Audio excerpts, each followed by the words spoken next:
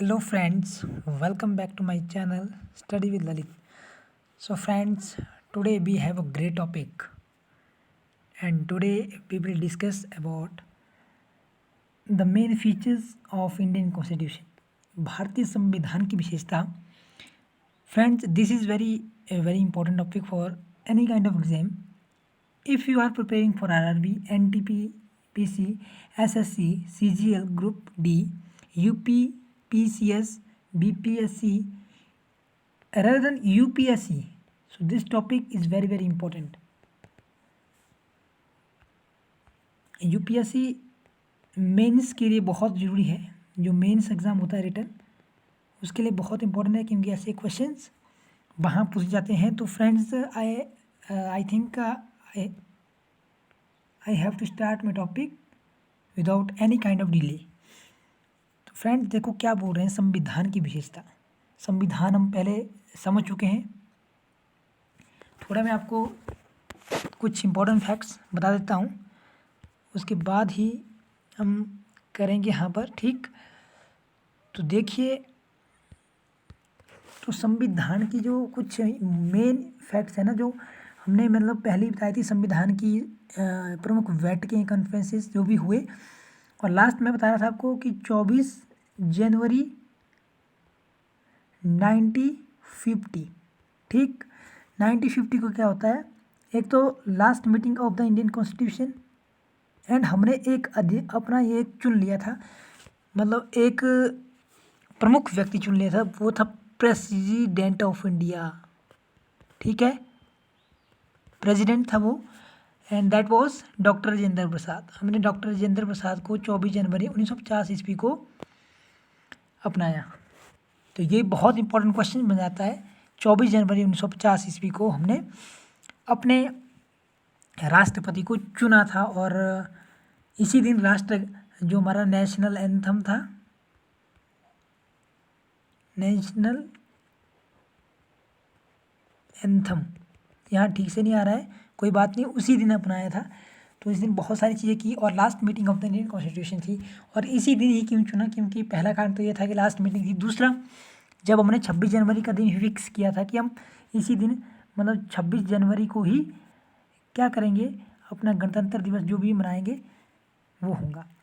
और एक और फैक्ट मेरे दिमाग में भी आ रहा है, दैट इज़ कि जो हमारा डेमो लिख रहा हूँ मैं, ठीक, एंड रिपब्लिक, सॉरी यहाँ ठीक से आता नहीं, तो माफ़ी चाहूँगा इसके लिए.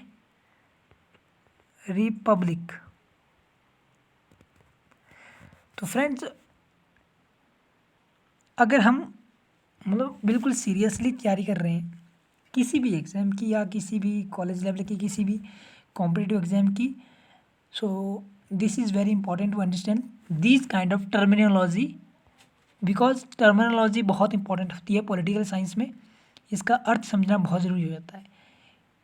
एंड कई बार आपसे पूछा जा सकता है कि what is the difference between democracy and republicanism. क्या अंतर है इनमें. लोकतंत्र आप समझते हैं कि लोगों का तंत्र, यानी कि लोगों का तंत्र. गणराज्य भी तो वही है.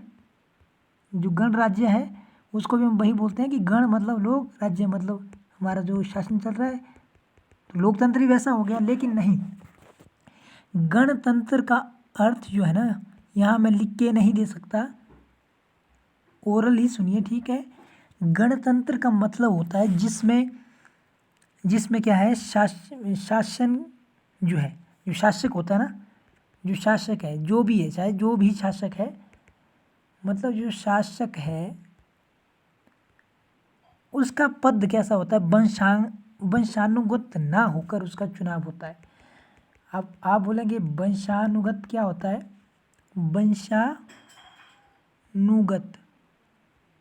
वंशानुगत आप इससे बहुत अच्छे से परिचित हैं कि वंशानुगत क्या होता है. वंशानुगत का मतलब होता है कि जैसे मेरे पिता राष्ट्रपति है, तो आगे भी मैं ही राष्ट्रपति बनूंगा. तो ये मतलब हो, जैसे मेरे पिता राजा थे, उदाहरण के लिए मृत्यु होगी तो उसके बाद मैं राजा बनूंगा, उसके बाद मेरा बेटा, आगे चलते रहेंगे ऐसे. जैसे आप हिस्ट्री पढ़ते होंगे तो वहाँ पर यदि मैं हर्यंक वंश पर बात करूँ तो जो हर्यंक डायनेस्टी का फर्स्ट हमारा जो किंग था दैट वाज बिम्बिसार।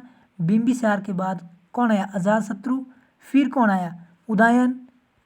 फिर ऐसे करके आगे बहुत सारे आते हैं, फिर नागदशक वगैरह। तो इतने मतलब इनका स्टेप इसको बोलते हैं वंशानुगत। इनका पद कैसा था? वंशानुगत। और हमारा जो गणतंत्र है ना, गणतंत्र में क्या बोला है? जो गणतंत्र है उसमें कहा कि अब हमारे राष्ट्राध्यक्ष का जो जो मतलब पद है वो वंशानुगत ना होकर चुनाव प्रथा पर सिस्टम होगा, हम उसको निर्वाचित करेंगे। और लोकतंत्र में आपको पता है कि डेमोक्रेसी और गणतंत्र का हेड है हमारा प्रेसिडेंट और लोकतंत्र में हेड है प्राइम मिनिस्टर ऑफ इंडिया। तो यही डिफरेंस है दोस्तों, ये मैं आपको समझाना चाहता है। And let's now come on to the point. ठीक, अब देखिए यहाँ मैं कुछ लेके आया हूँ, लेकिन हालांकि ये ऐसे बनाए गए, मैं अपने शब्दों में इनको समझाऊंगा सबको। ठीक है, तो ये मैं सिर्फ आपको देखने के लिए लाया हूँ कि मतलब आप इस पे किस प्रकार देखते हैं इन चीज़ों को। ठीक, ये देखो, ये वाला देखो क्या बोल रहे हैं, निर्मित संविधान। ये तो आपको पता है कि मतलब विशेष क्या संविधान में वो समझना है। ठीक, तो यहाँ मैं सब कुछ यहीं लिखाऊंगा, बस अपने फोकस रखना है चीज़ों पे। बस you have to need to keep your concentration on study. जितने भी डाउट्स आएंगे मुझे बताते रहना है। तो फर्स्ट मैं ले रहा हूँ, ये वाइट नहीं चल पाएगा यहाँ, कोई बात नहीं, इसको करते हैं। फर्स्ट मैं ले रहा हूँ रिटन कॉन्स्टिट्यूशन। रिटन कॉन्स्टिट्यूशन मैं आपको बोलते जाऊँगा क्योंकि मेरे पास लिखने की ज़्यादा व्यवस्था नहीं है, तो आपने नोट डाउन करना है। Sorry, written constitution. ठीक है, रिटन यानी कि लिखित संविधान। भारत के संविधान की सबसे प्रमुख विशेषता मैं मान सकता हूँ कि वो लिखा हुआ संविधान है, और लिखित होने के साथ साथ बहुत ही एलेबोरेट एंड कॉम्प्रिहेंसिव कॉन्स्टिट्यूशन है। तो मैं बोल सकता हूँ रिटन एंड कॉम्प्रिहेंसिव, हिंदी में क्या लिख देता हूँ, लिखित और विस्तृत संविधान। लिखित तथा विस्तृत, पहली विशेषता ले रहा हूँ मैं, लिखित तथा विस्तृत संविधान। तो लिखित तथा विस्तृत संविधान किस प्रकार है ये समझना जरूरी है। ठीक, तो चाहूँगा मैं कि इसको हम अच्छे से समझें। लिखित तथा विस्तृत संविधान होता क्या है? आपको विस्तृत का मतलब मैं बोल सकता हूँ क्या होता है, बड़ा होता है। ठीक है, तो विस्तृत का अर्थ क्या होता है? बहुत बड़ा, ह्यूज, कॉम्प्रहेंसिव, जो मान सकते हैं। ठीक है, देखो हमारा संविधान एलाबोरेट यानी कि विस्तृत या कॉम्प्रहेंसिव कैसे, तो आपको तो पता होगा कि इसमें जो आर्टिकल है वो सबसे मूल रूप से ले रहा हूँ मैं, जब हमारा संविधान बन के तैयार हुआ था, जब इसको मतलब बनाया गया, तो ये मेरे को आप बताएंगे कि when the Indian constitution come into force on, ये आप बताएंगे मेरे को। ठीक है, कब लागू हुआ? तो आर्टिकल इसमें जब उसमें लागू हुआ था तो इसमें कितने आर्टिकल्स थे? तो सॉरी, आर्टिकल इसमें थे 395। ठीक है, और ये ए लिख रहा हूँ मैं। ठीक है, और इसमें जो पार्ट्स थे वो 22 पी लिख रहा हूँ,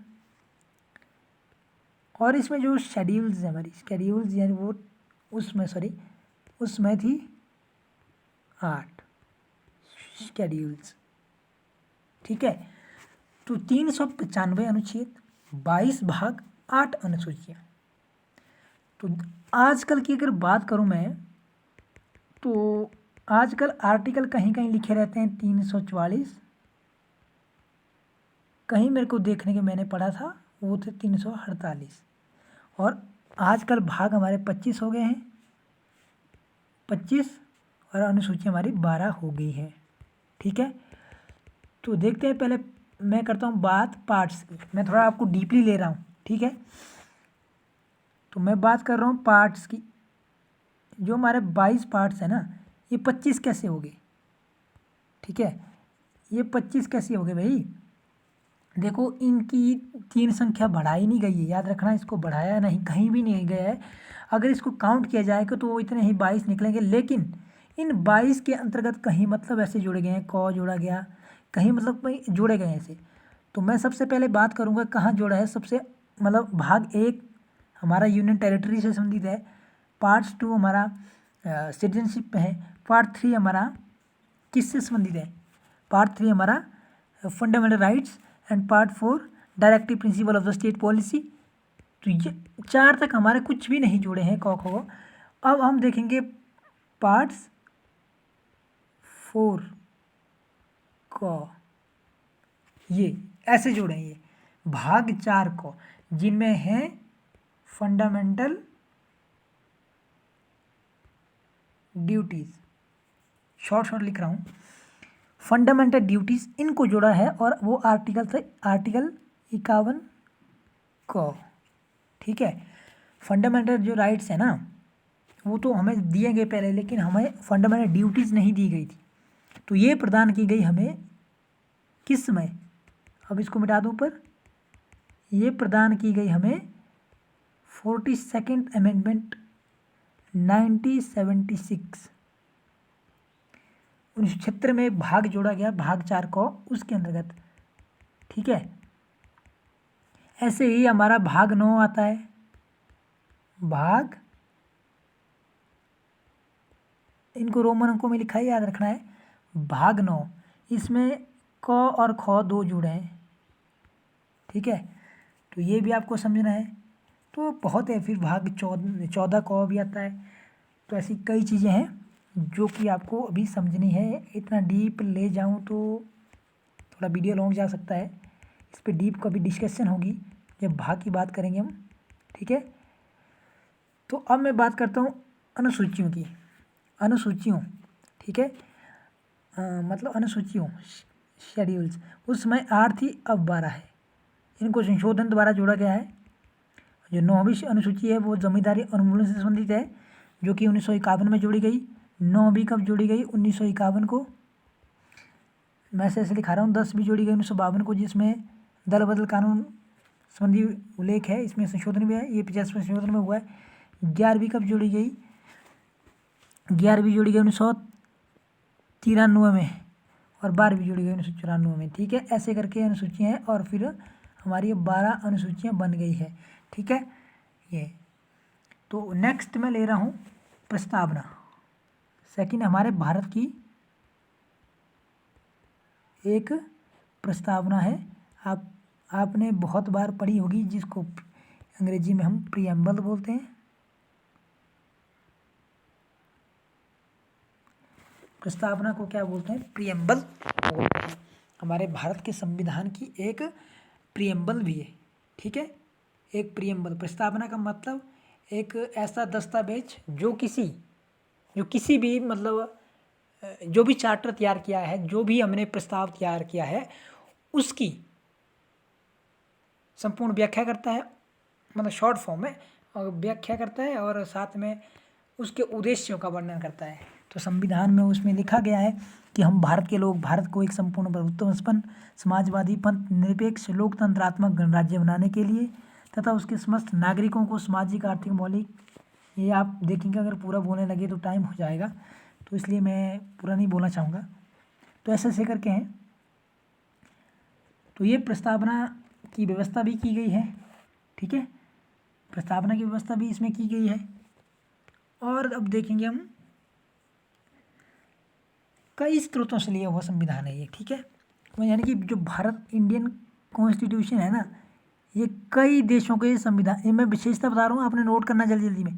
पहले मैंने विशेषता बता दी कि लिखित और विस्तृत संविधान, दूसरी मैंने बता दी प्रस्तावना, भारत की संविधान की प्रस्तावना है, ठीक है, जिसको लिया गया है अमेरिका के संविधान से, ये आपको पता होना चाहिए।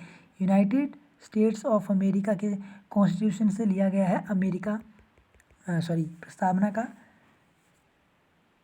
आधार लिया है वहाँ से, और आप बोल सकते हैं कि द इंडियन प्रियम्बल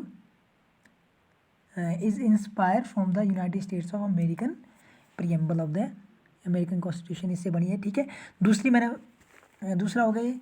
तीसरी मैं बता रहा हूँ, कई स्रोतों से लिया गया संविधान है। जो इंडियन कॉन्स्टिट्यूशन है ना, इंडियन कॉन्स्टिट्यूशन कई देशों के संविधान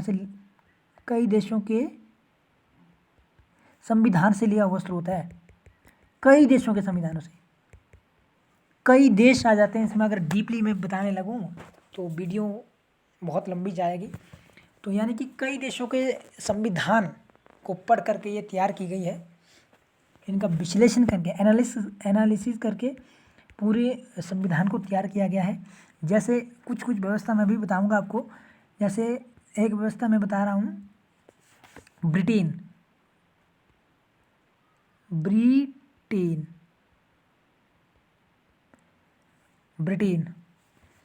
ठीक है, provisions that were taken from Britain constitution. ठीक है, तो अगर मैं बात करूं ब्रिटेन से क्या क्या लिया है, तो पहला मैं लूँगा parliamentary form of the government. मैं यहाँ से बोलते जाऊँगा, अब लिखते जाएंगे।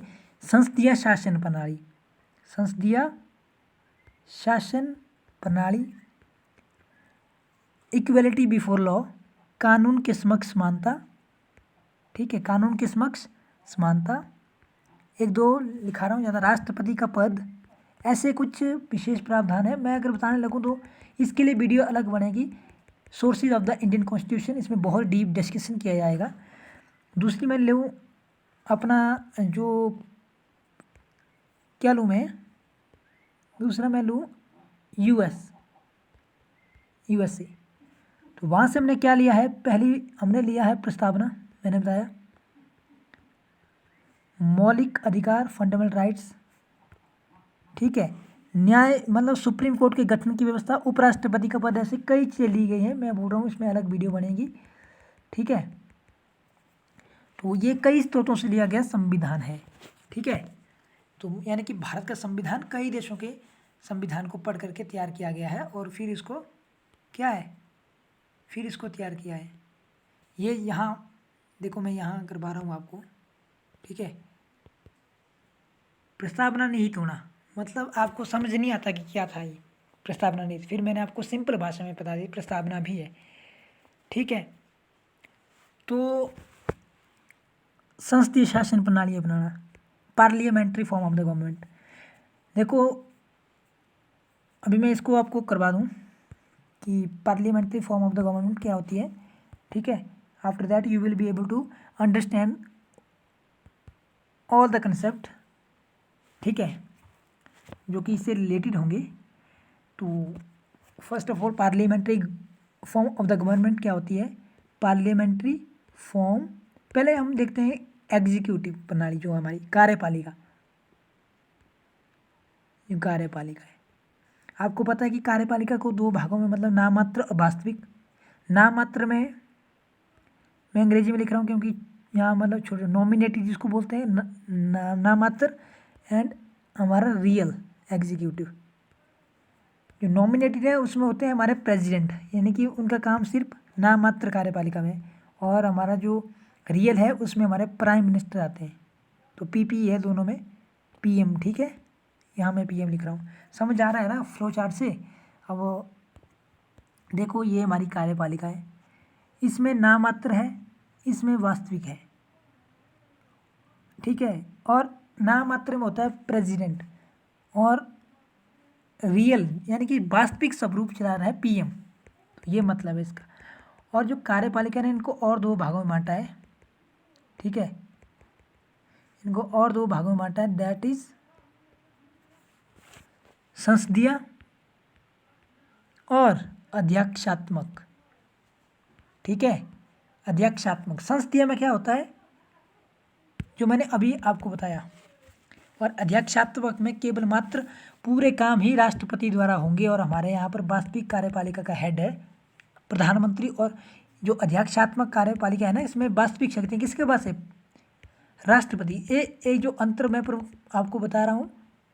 ठीक है, जो हमारी पार्लियामेंट्री फॉर्म है, यानी कि पार्लियामेंट्री फॉर्म का मतलब क्या होता है, पार्लियामेंट्री फॉर्म का मतलब जो हमारी संसदीय प्रणाली है, ठीक है, जो हमारी संसदीय प्रणाली है ना, उसमें कौन है हेड? उसमें हेड होता है पीएम। हेड का मतलब मैं ये समझा रहा हूँ कि वास्तविक शक्ति किसके पास होती है, रियल पावर्स हमारे किसके पास है, वो पीएम के पास है। लेकिन जब अध्यक्षात्मक पढ़ेंगे हम, ठीक है, अध्यक्षात्मक में क्या होता है, रियल जो पावर है वो प्रेसिडेंट के पास होती है, ये अंतर है, ठीक है। I hope you would have understand this concept, ठीक है। अब उसी को निकालते हैं एक बार फिर से, क्या बोल रहे थे वो, तो अब बोल रहे हैं समानता के सिद्धांत बंधुत्व को बढ़ाने के लिए कुछ काम किए जाएंगे। तो मैं लगभग अपने ही हिसाब से इसको कर रहा हूँ फिर से। तो फिर अगली हमारी पांचवी विशेषता है, पांचवी या चौथी, चलो आप पांचवी मान के चलो। तो आशा है कि आप सब बिल्कुल ध्यानपूर्वक समझेंगे इस चीज़ को।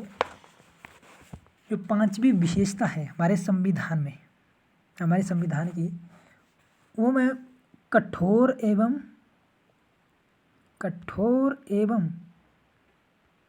लचीले संविधान का मिश्रण, लचीले कानूनों का मिश्रण, ऐसा बोल सकता हूँ मैं, है ना, कठोर एवं लचीला संविधान, लचीला संविधान। इसको मैं बोल रहा हूँ ना, समझो, क्योंकि लिखने के लिए मेरे पास यहाँ ज़्यादा टाइम भी नहीं है। और कठोर एवं लचीला संविधान, देखो रिजिड कॉन्स्टिट्यूशन भी है एंड फ्लेक्सिबल कॉन्स्टिट्यूशन भी है, तो दोनों भी है हमारे पास, दोनों चीज़ें हैं। ये हमारे पास फ्लेक्सिबल भी है और रिजिड भी है। कठोर किस कारण है, क्योंकि जब हम फंडामेंटल राइट्स में अमेंडमेंट करते हैं ना, तो संसद के लिए कंडीशन लगाई जाती है कि वो 2/3 मेंबर के द्वारा ही इसको परिवर्तित करेगी, नहीं तो आर्टिकल 13 के अनुसार इसको रद्द किया जाएगा। ठीक, आगे समझ बात, यानी कि फंडामेंटल राइट्स को जब अमेंडमेंट करेगी, संशोधन करेंगे संसद द्वारा, तो 2/3 मेंबर यानी कि 66%, ठीक, 66%। तो संसद में टोटल मेंबर्स कितने होते हैं, 552 मान के चलो अधिकतम इसमें, लेकिन 43 होते हैं, वो 43 इसमें और 243 के आसपास इसमें, तो ये हो गए कितने, 6 8 है ना, 507 786, तो लगभग यहाँ हमारे 233 सदस्य होते हैं, ठीक है। और फिर बन जाता है अप्रोक्सीमेटली, अगर आप मतलब 776